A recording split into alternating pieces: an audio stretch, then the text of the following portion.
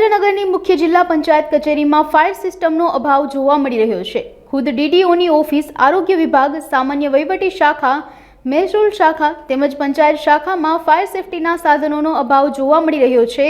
કચેરીમાં પ્રવેશ માટે માત્ર એક જ પ્રવેશ દ્વાર છે। તેમજ જિલ્લા પંચાયતની તમામ કચેરીઓમાં ફાયર એનઓસી પણ જોવા મળતી નથી, જેથી કચેરીમાં કામ કરતા કર્મચારીઓની સલામતી સામે સવાલ ઉઠ્યા છે। આ અંગે ડીડીઓ દ્વારા ટૂંક સમયમાં ફાયર સેફટી વિકસાવવાનું નિવેદન અપાયું હતું।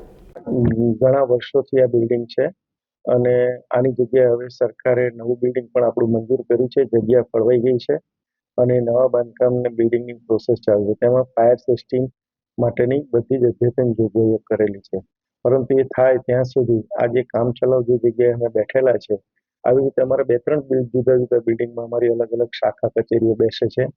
એમાં અગાઉ પણ અમે ફાયર એક્સટિંગ્વિશર લગાવેલા હતા।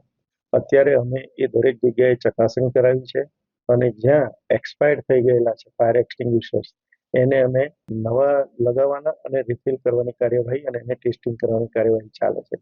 બીજું આ જે અમે અત્યારે જે બિલ્ડિંગમાં બેસીએ છીએ એ બિલ્ડિંગ માત્ર G+1 નું બિલ્ડિંગ જ છે, એટલે એના જે ફાયર સેફટીના ઓફિસર્સને પણ બોલાવ્યા છે અને એના નોર્મ્સ મુજબ પણ જો કોઈ બીજી ટેમ્પરરી સગવડ પણ જો અમારે ઊભી કરવાની થતી હશે તો એ માટેની અમે કાર્યવાહી હાથ ધરી છે।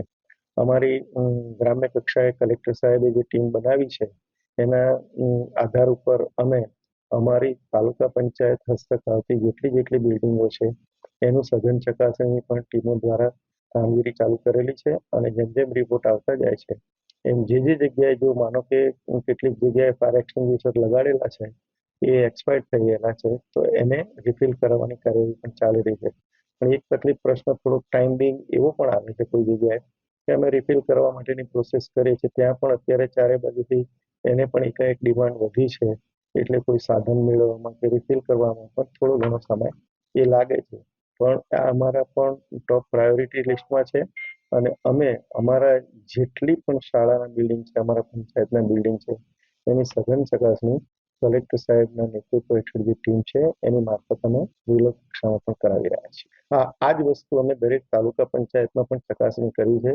એ લોકોનો પણ આ 2 દિવસની રિપોર્ટ આવી જશે અને જે પરિસ્થિતિ આપણી પાસે અહીંયા સિસ્ટમને ગોઠવવાની તાલુકા પંચાયતના બિલ્ડિંગ પણ બધા લો રાઇઝ છે અને એક માળના છે, એક જ માળના ગ્રાઉન્ડ ફ્લોર, એટલે એના નોર્મ્સ ફાયર સેફટીના જે હાયર કે એક કરતાં વધારે માળવાળા બિલ્ડિંગો છે એના કરતાં જુદા છે।